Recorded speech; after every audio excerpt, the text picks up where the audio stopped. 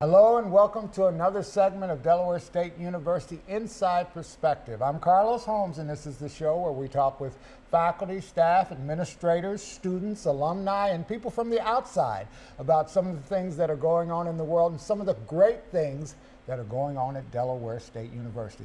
I am so honored today to have our president, the 11th president of Delaware State University, on my show. I can't say for the first time because you've been on my show before, but Yes, you I were have. president. Yes, But yes. Dr. Wilma Mishoe, our 11th president of Delaware State University, and I hope to have you on again sometime. Wonderful. But we're going to make this a time to get to know you a little better.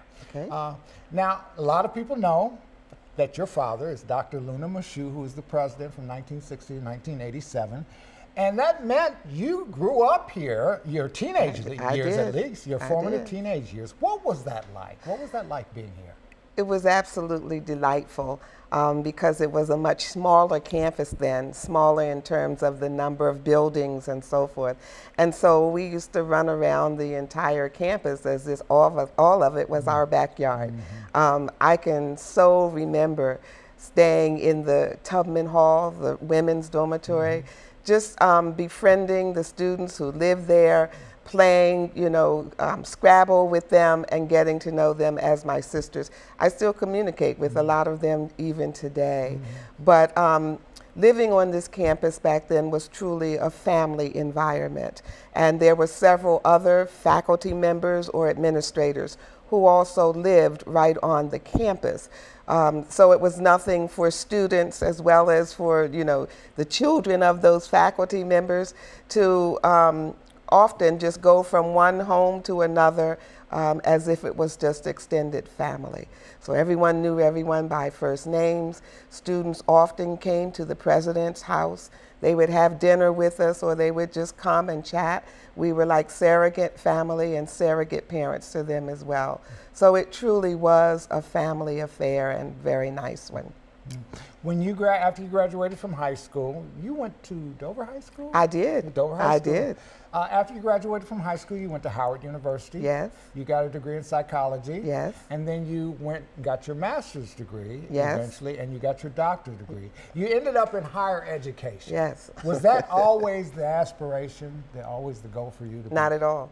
Not at all. When I first went to college, I went to major in psychology because my career goal was to be a child psychologist.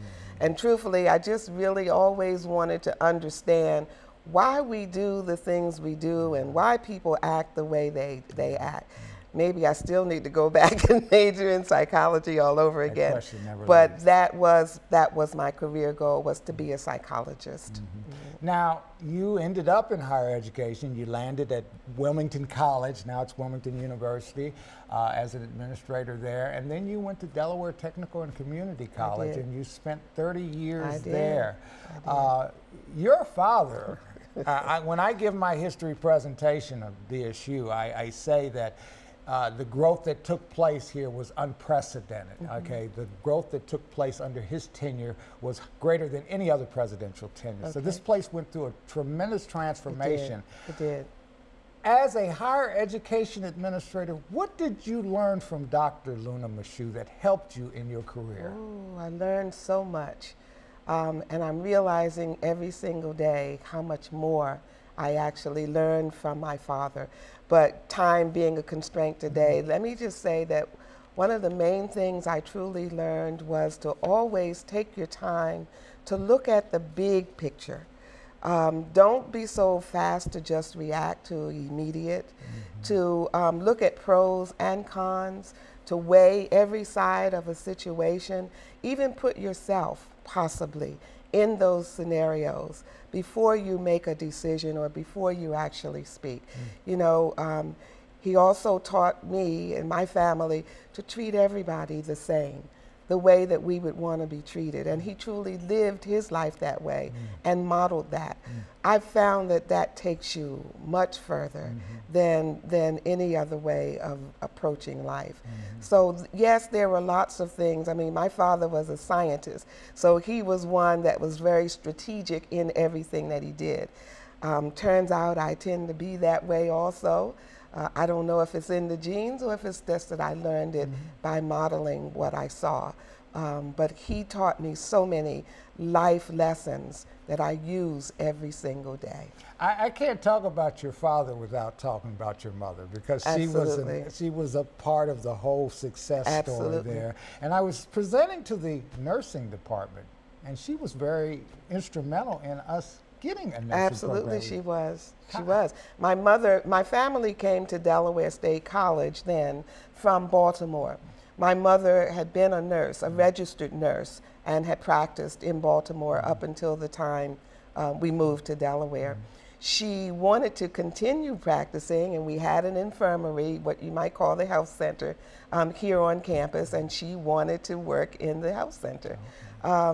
But as it was, the trustees felt that as First Lady, that wasn't what she was to do. She was to be the official hostess for the campus. And so in just looking around at the curricula that Delaware State College had at that time, recognized that we did not have a nursing program here. And so she whispered to my father one day, she probably didn't whisper, but she encouraged my father that we needed to offer nursing as a degree program here at Delaware State College. So she actually contacted some of her former supervisors in nursing and had them to come down to the campus, and they actually designed a nursing program to be implemented here at the at the college at that time.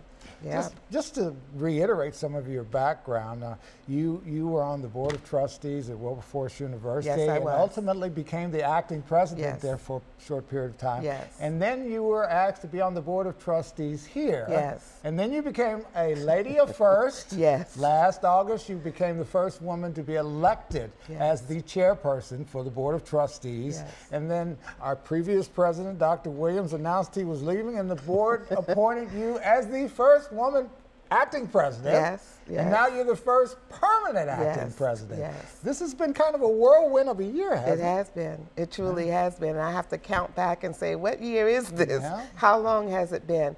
But truly, I think I changed positions at least 3 times in less than 12 months.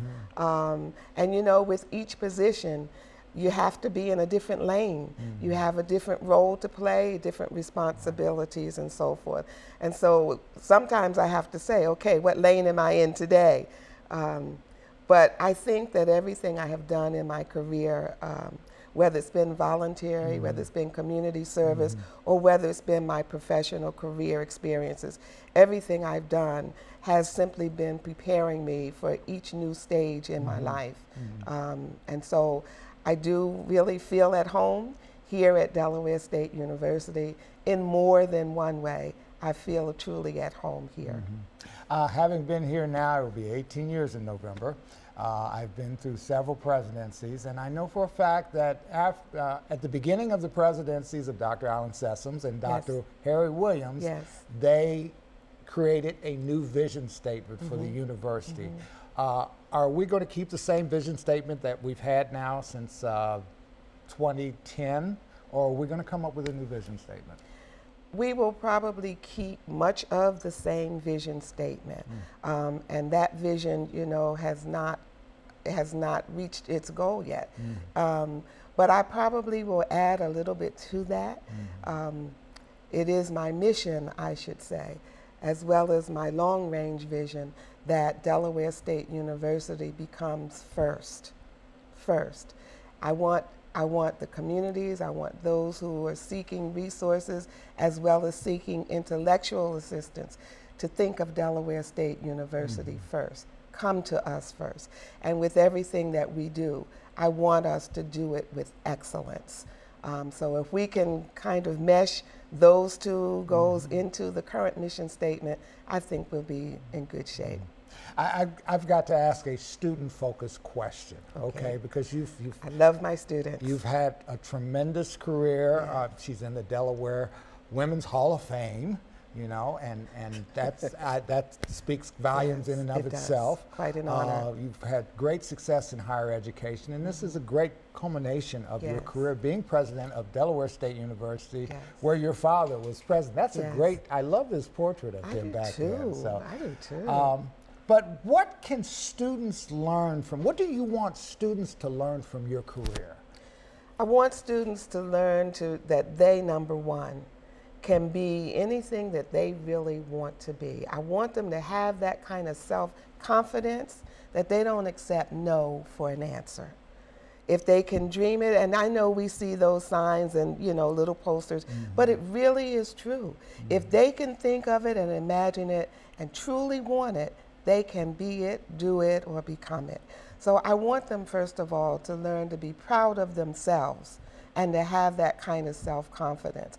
Then I want them to learn that they must be prepared. They have to prepare themselves. That means study, do your research, do your homework, be prepared when you step out to voice your voice on anything. Know what you're talking about, know what the data and the facts are, and go for it. I just want them, I really want them to have that confidence that they can do it. Okay. We have just a little bit of time left.